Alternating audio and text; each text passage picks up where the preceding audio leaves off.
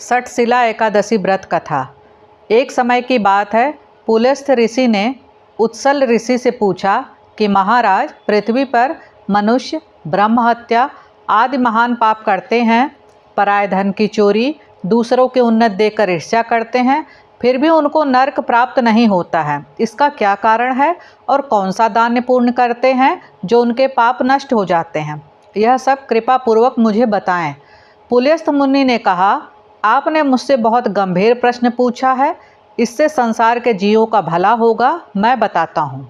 माघ मास लगते ही मनुष्य को स्नान आदि करके शुद्ध रहना चाहिए, अपने इंद्रियों को बस में रखना चाहिए। इस समय गोबर में तिल मिलाकर उनके कंडे बनाने चाहिए, उन कंडों से हवन करना चाहिए।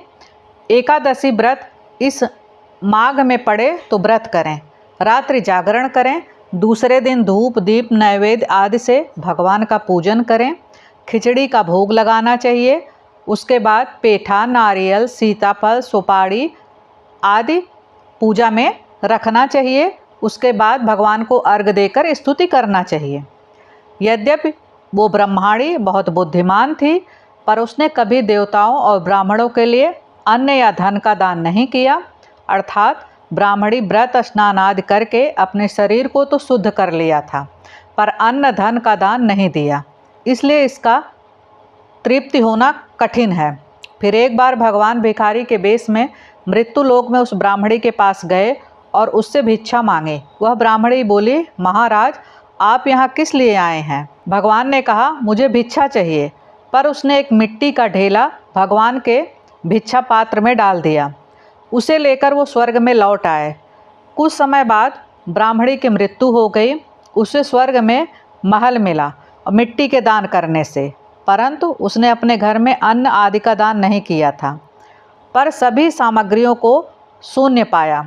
इतने सुंदर महल को खाली देखकर घबराकर भगवान के पास आकर कहने लगी कि भगवान, मैंने तो अनेक प्रकार के व्रत आदि करके आपको प्रसन्न किया, पर मेरा घर खाली क्यों है? इसका क्या कारण है? भगवान ने कहा, पहले तुम अपने घर जाओ, देव स्त्रियां तुम्हें देखने आएंगी। उससे पहले षटशिला एकादशी व्रत की कथा और विधि सुनो, तभी द्वार खोलना। फिर वो अपने घर गई। जब देखा स्त्रियां आई, द्वार खोलने को कहा तो ब्राह्मणी ने कहा, आप मुझे देखने आई तो हैं, पहले षटशिला एकादशी व्रत का महत्व कहो। उसमें से एक ने षटशिला एकादशी व्रत का महत्तम सुनाया। उसने उनको सुनकर ही द्वार खोला। उसके बाद उन्होंने देखा कि ये तो आसुरी नहीं है, एक साधारण सी ब्राह्मणी है। उनके षटशिला एकादशी के व्रत के अनुसार उसने व्रत किया। व्रत के प्रभाव से सुंदर व रूपवती हो गई। उसका घर अन्न आदि से समस्त सामग्रियों से भर गया। अतः मनुष्य को मूर्खता त्याग कर षटशिला एकादशी का व्रत करना चाहिए, तिल आदि का दान करना चाहिए। इससे दुख दरिद्रता अनेक प्रकार के कष्ट दूर होकर मोक्ष की प्राप्ति होती है। यह कथा यहीं समाप्त होती है। जय माता दी।